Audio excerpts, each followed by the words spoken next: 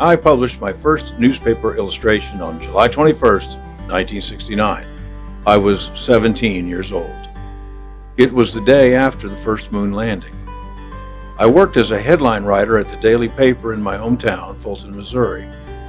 The publisher did not want to put a photo of a television screen on the front page, and of course there were no photos from space. So he wanted to know if I would draw something. 7 years later, I took the worst job you can accept in a newspaper newsroom, night copy editor. You worked until midnight, including weekends, editing other people's copy and laying out the newspaper pages. But at least the pay was low. Why did I take it? Because the editor, Frosty Landon, said the paper would also publish my drawings. I had arrived on the scene at an opportune moment, and I wanted to take advantage of it. By the 1970s, the women's section, or as some called it, the society pages of newspapers had grown passé. A new generation of readers, the baby boomers, had little interest in club news or who went to what luncheon. To attract boomer readers, the paper needed something different.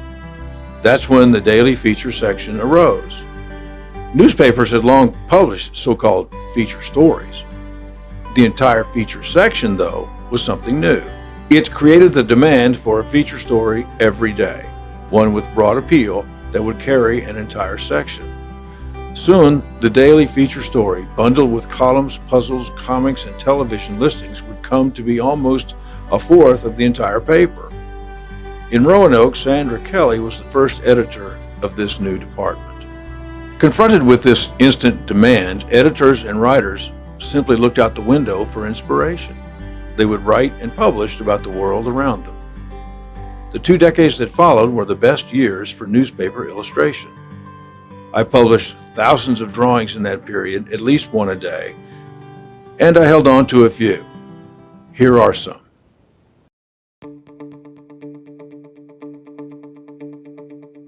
In the late 1970s, the baby boom generation was changing the local nightlife. This drawing illustrated an article on the many versions of happy hour that emerged to attract them. I don't know why I put the guy in a zoot suit, but I did. Handheld calculators had been around for a few years when the first versions of digital poker began to become popular in the 1970s.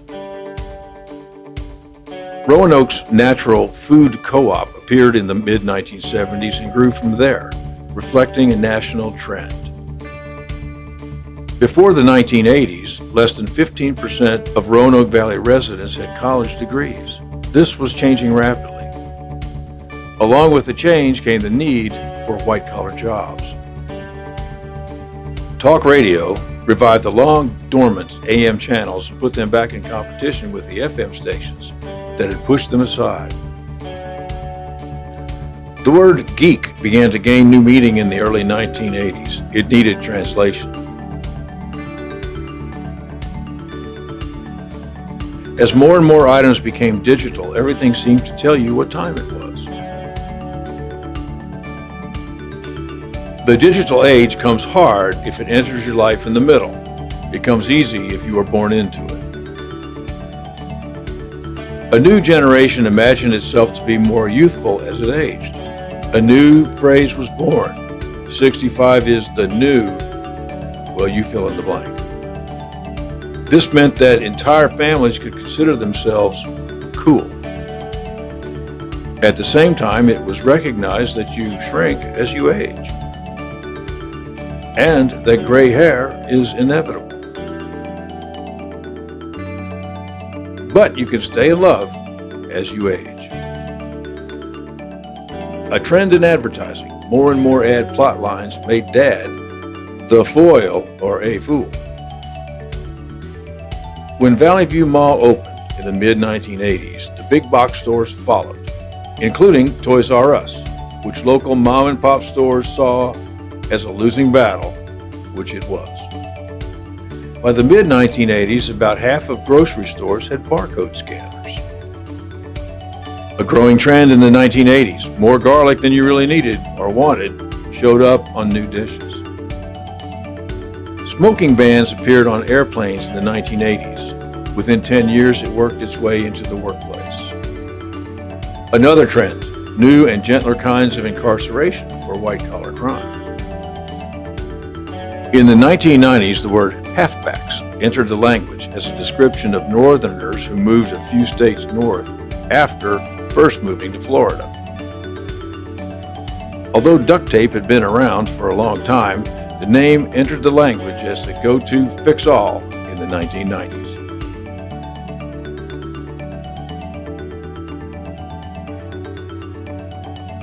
In the early 90s, the word consensus invaded every workplace. The idea was that ideas are better developed in a non-competitive atmosphere. It didn't work. A trend.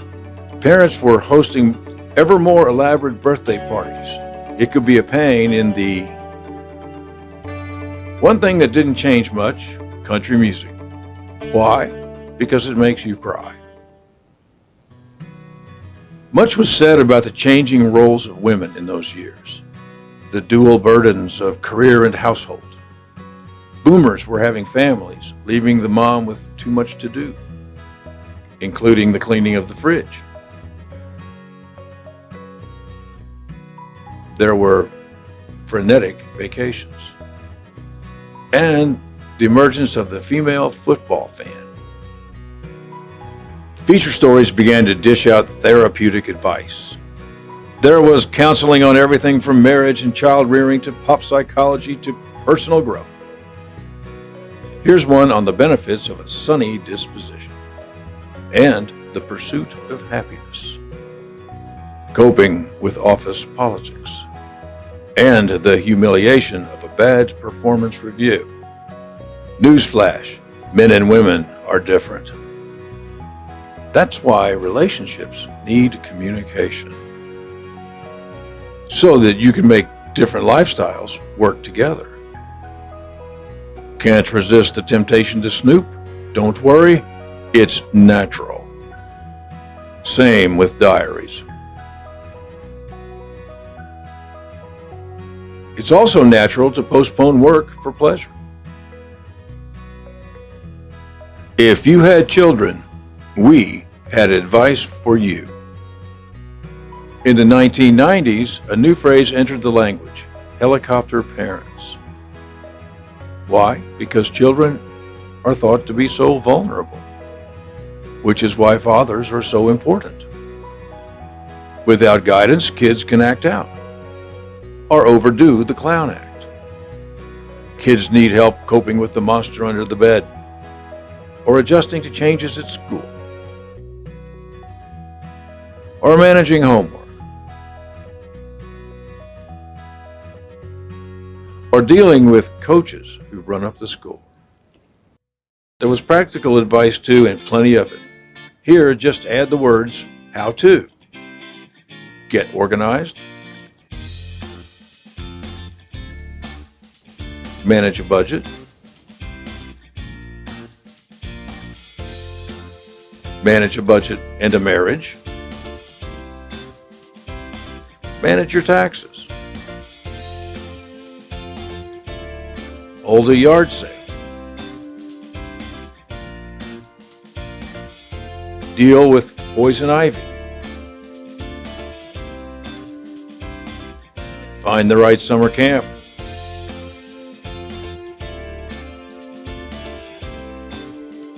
Manage the college student diet.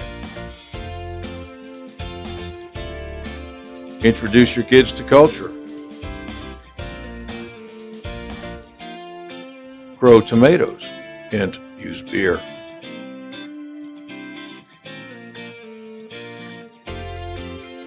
Teach kids manners. If you want people to read what you write, then write about what people talk about. People talk about the weather. This one is a relief sculpture, springtime and the birds and the bees. Even with Valentine's Day, it's everybody's least favorite month.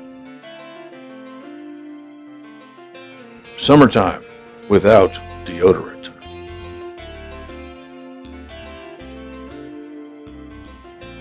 Or you can talk about health.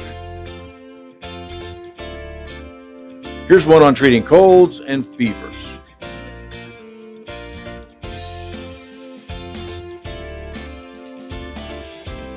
You could localize any illustration just by adding the Mill Mountain Star. This one addressed the fact that the valley air is trapped by surrounding hills and was considered a haven for allergies. The evils of a truck stop lifestyle.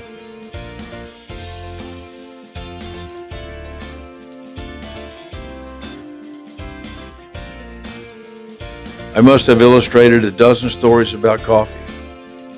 Sometimes it was good for you, sometimes it was bad for you. This one is on the post-caffeine slump. In order to have a day off for the staff, the newspaper pre-printed some holiday sections. This meant live photography could not be used.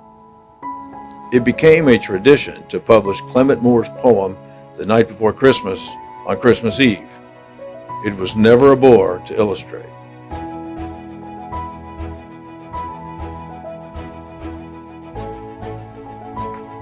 And for most of the month of December, we published the best places to find a Christmas tree.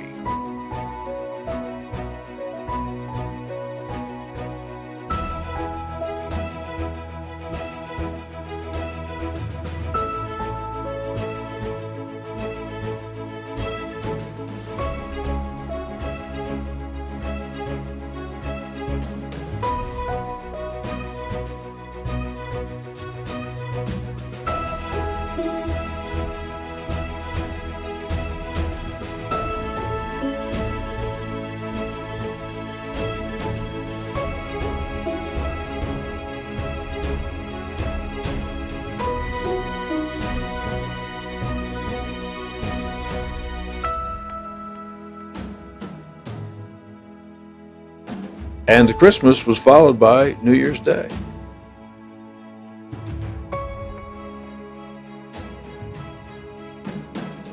Things to do. We published an endless list.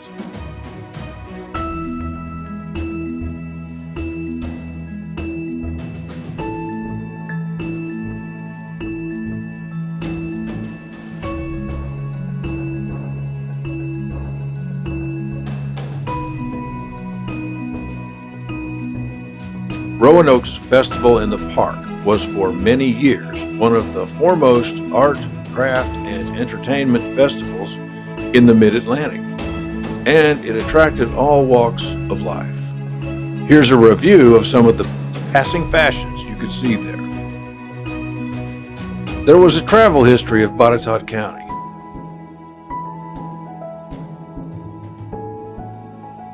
Here's one on the excuses that traffic cops hear on I-81.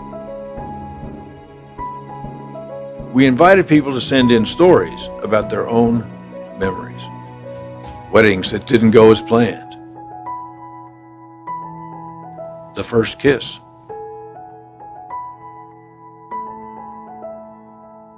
The first day of school.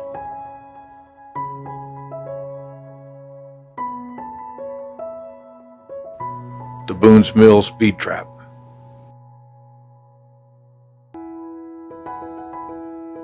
We also wanted to know their thoughts. Here's one from the 1990s on imagining the future of the Roanoke Valley. And we asked for memoirs. This illustrated an article by Ben Beagle on the Hollywood pose women used in the 40s and 50s when kissing. That lifted foot. And I told my own stories. Becoming a father.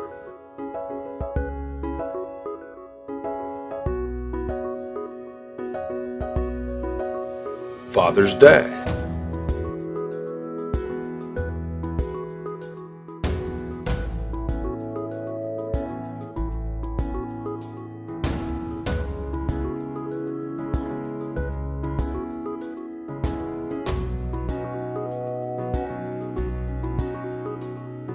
Halloween.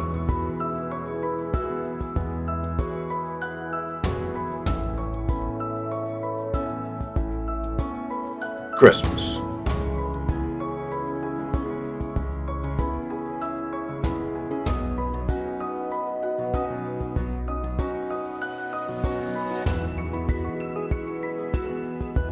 If you can print a newspaper, you can print anything. Everything is wrong with the process. The paper is cheap and porous and has a yellow tinge. It travels through a block-long press at 70 miles per hour. Illustrations and photographs were black and white until the 1980s. But we soldiered on, and I do mean we. Over the 20-year period shown in this video, my little drawing table grew into a full-blown art department staffed by 4 people.